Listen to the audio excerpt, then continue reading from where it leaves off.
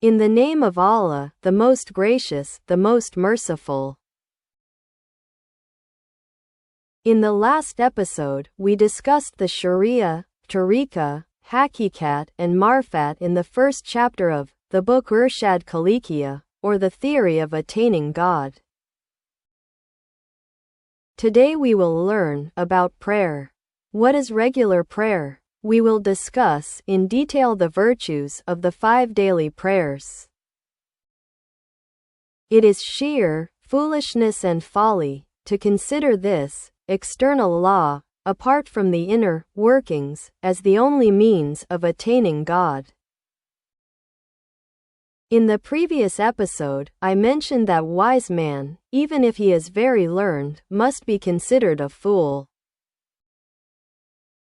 From that, the act of praying for God's blessings will never be completed properly, as instructed by the Holy Prophet, PBUH.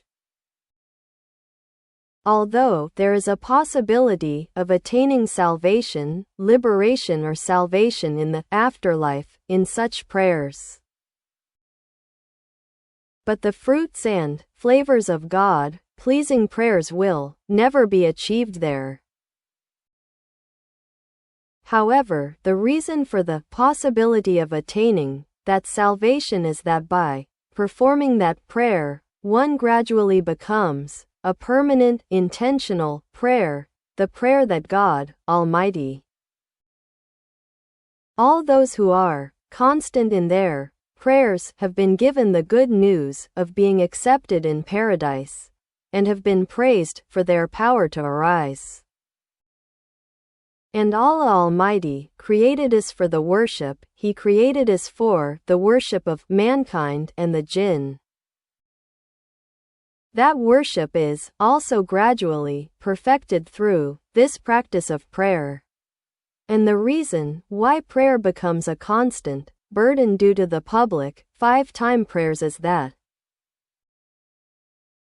when the movement of time is the movement of the mind, and the change of time is the change of attitude, then during the change of time, if we can understand the movement of the mind by reviewing the prayer, the mind should always remain in the previous state and be absorbed in God. This is called constant prayer. The feeling of change that arises in the mind when the sun sets behind the horizon after performing the Fajr prayer at dawn, and the feeling of relaxation that arises in the mind after eating and sleeping in the afternoon, all those new feelings are renewed by the Zuhr prayer. After the Tirohit, the mind of the devotee is deeply immersed in God. Later, the change in mood that arises as the day nears its end is removed by performing the Asr prayer. And the change in mental state that occurs when the sun sets and the night approaches is removed by the discussion of the Maghrib prayer.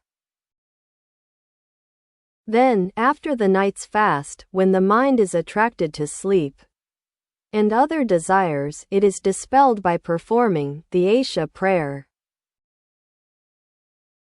The abnormal feelings that arise in the mind due to sleeping until dawn after the Isha prayer are corrected by praying the Fajr prayer.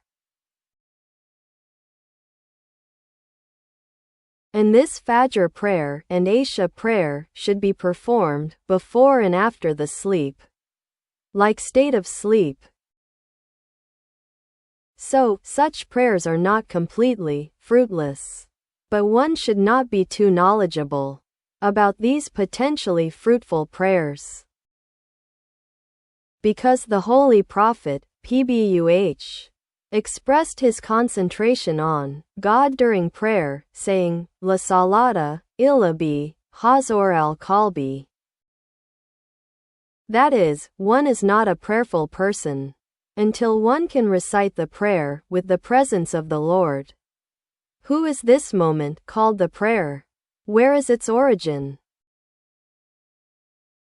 And who is the one who is called the Kalbai or Kahaba?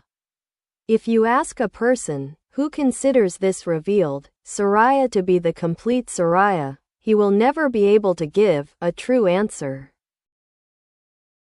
Even if you remember 2 or 4 things you heard from someone or saw in a book about the defeat of the assembly, however, the above hadith will never be able to act on the mind.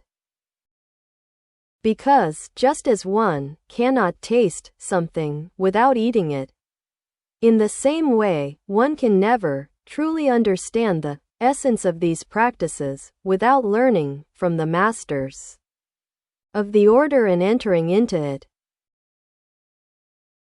That's all for today. You are all invited to watch the next episode. Allah is the protector.